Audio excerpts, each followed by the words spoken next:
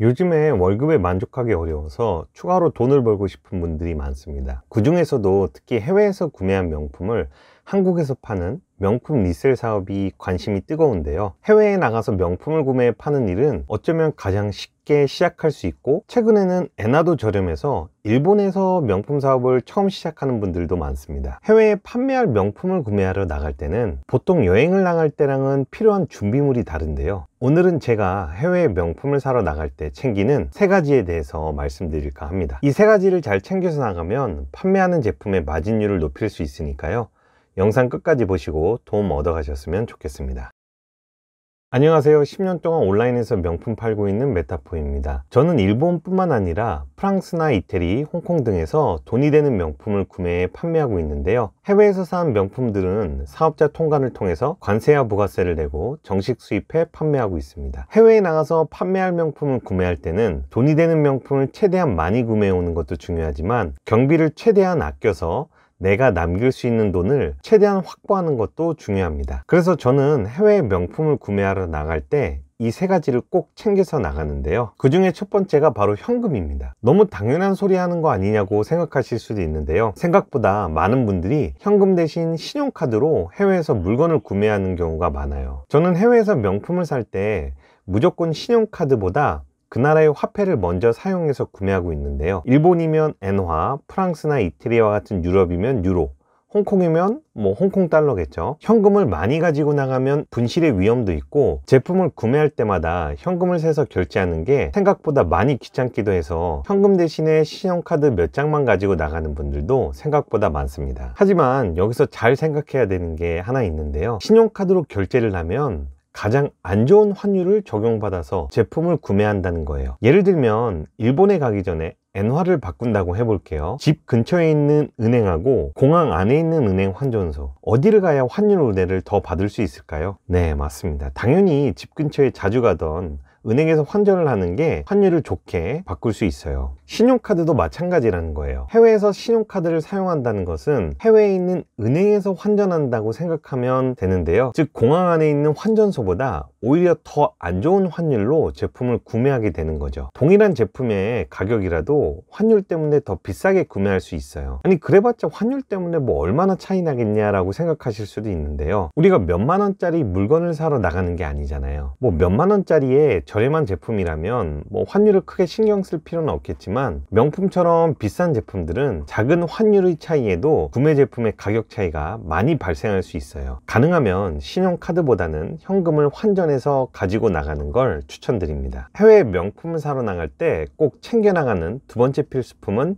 바로 신용카드입니다. 앞에서는 현금으로 물품을 구매하라고 하고서 왜 또 신용카드를 챙기라고 하는 거야 라고 생각하실 수 있는데요. 사실 우리가 해외로 나갈 때 가지고 나갈 수 있는 외화는 정해져 있어요. 현재 기준으로 1인당 1만 불 이상 해외로 가지고 나가게 되면 반드시 신고를 해야 됩니다. 지금 환율로 따지면 대략 1,300만 원 정도 되는데요. 유럽이나 일본으로 명품을 구매하러 나갈 때는 현금을 가지고 나갈 수 있는 게 신고하지 않고는 1,300만 원까지 소지할 수 있다는 거죠. 그 이상의 현금을 해외로 가지고 나가면 신고를 꼭 해야 됩니다. 사실 신고하는 건 그렇게 어렵지 않아요. 판매할 물건을 사러 나간다고 신고를 하면 되는데요. 다만 신고하는 게 번거롭고 큰 금액을 해외에 가지고 나가는 게 부담스러울 수 있어요. 그래서 현금과 같이 신용카드를 함께 사용해서 명품을 구매하는 것이 좋습니다. 일단은 일반 불 정도의 현금을 환전해서 가지고 나가고요. 나머지는 신용카드로 구매하면 돼요. 사실 일본이야 가깝기 때문에 명품을 사와서 팔고 또 금방 나갈 수 있잖아요. 하지만 유럽은 다르죠. 유럽은 한번 나가게 되면 체류 기간이 길고 비행기 값이 많이 들기 때문에 한번 나가게 되면 많은 금액의 제품들을 구매하는 게 좋습니다. 그러므로 유럽에서는 1,300만 원의 현금으로는 명품을 구매하는 게 좀 부족할 수 있어요. 이때는 신용카드를 같이 활용해서 명품들을 구매하는 게 좋습니다. 그럼 신용카드는 어떤 걸 사용 사용하면 될까요? 지금 우리가 쓰고 있는 한국에서의 신용카드를 그냥 가지고 나가면 될까요? 여기서도 팁이 하나 있는데요. 제가 추천드리는 건 외화로 결제했을 때 혜택을 가장 많이 주는 카드입니다. 뭐 항공기 마일리지를 적립해 줄 수도 있고요. 캐시백을 해주는 카드도 많습니다. 자신에게 맞는 혜택을 많이 주는 신용카드를 선택하셔서 명품 구매용으로 사용하시면 좋습니다. 우리가 명품을 구매하기 위해서 사용하는 카드의 금액 자체가 높기 때문에 사용한 카드 금액에 캐시백을 해주는 포인트가 1~2%만 차이가 나도 쌓이는 금액 자체가 다를 수 있어요. 그렇기 때문에 신중하게 선택해서 신용카드를 사용하는 걸 추천드립니다. 그리고 또 한 가지 중요한 포인트가 하나 있는데요. 신용카드는 혜택도 물론 중요하지만 한도를 높이는 것도 진짜 중요합니다. 명품과 같이 비싼 제품을 우리가 해외에서 구매하기 때문에 최대한 신용카드의 한도를 높여야만 원하는 명품들을 전부 살 수 있어요. 해외에 나갔는데 카드 한도 때문에 인기 제품을 구매하지 못하고 눈앞에서 놓친다면 생각만 해도 어질어질합니다. 특히 에르메스나 샤넬의 인기 제품들은 유럽에서 갑작스럽게 발견하는 경우가 많아요. 이럴 때 카드 한도 때문에 구매를 못한다면 속상할 수 있겠죠. 언제 어디서 해외의 인기 제품들을 만날 수 있을지 모르기 때문에 항상 카드의 한도는 최대한 높여두는 걸 추천드립니다. 명품을 사러 해외에 나갈 때 제가 꼭 챙기는 마지막 제품 소개해 드릴게요. 바로 노트북입니다. 노트북? 그 무거운 걸 왜 가지고 나가?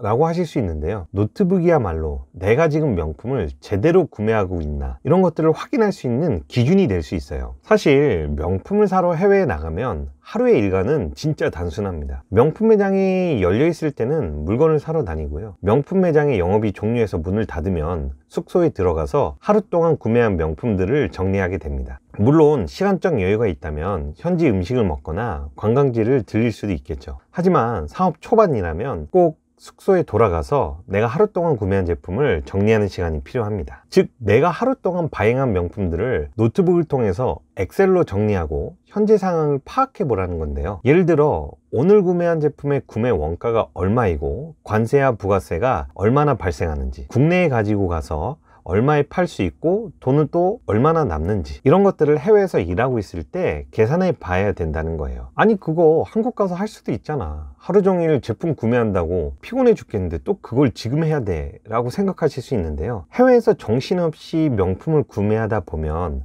내가 지금 돈을 얼마나 사용했고 얼마의 돈이 남았는지, 무슨 제품을 많이 구매했고 덜 구매했는지, 이런 것들을 점점 더 파악하기가 어려워질 수 있어요. 이렇게 되면 당초 구매 계획대로 사업을 진행하기가 어려워질 수 있어요. 해외에 나가서 명품을 구매하는 일은 항상 재고가 확보되어 있지 않기 때문에 현황 파악을 계속해 나가면서 특정 상품만 잔뜩 사가지고 오는 경우를 막아야 된다는 거예요. 예를 들면 이번 도쿄 출장에서는 샤넬은 얼마 정도, 슈프림은 얼마 정도, 이렇게 살 구매 계획을 잡았는데 현황 파악이 안 돼서 샤넬만 잔뜩 구매해 온다면 슈프림은 구매하지 못해서 판매할 수가 없는 거죠. 그러므로 항상 숙소에 돌아가면 내가 지금 계획대로 제품을 잘 구매하고 있는지 노트북으로 정리하면서 파악해 두는 것이 중요합니다. 이게 일본 같은 경우는 일정이 짧아서 크게 문제가 되지 않을 수 있는데요. 유럽과 같이 명품을 길게 구매하다 보면 피곤하고 지쳐서 정리하지 않고 대충 구매하는 경우가 발생할 수도 있어요. 그러므로 사업 초반부터 습관이 되도록 잘 관리해 나가는 게 좋습니다. 자, 지금까지 해외에 명품을 구매하러 갈 때 꼭 챙겨야 될 3가지를 말씀드렸는데요. 그럼 한번 정리해 볼게요. 현금과 신용카드, 노트북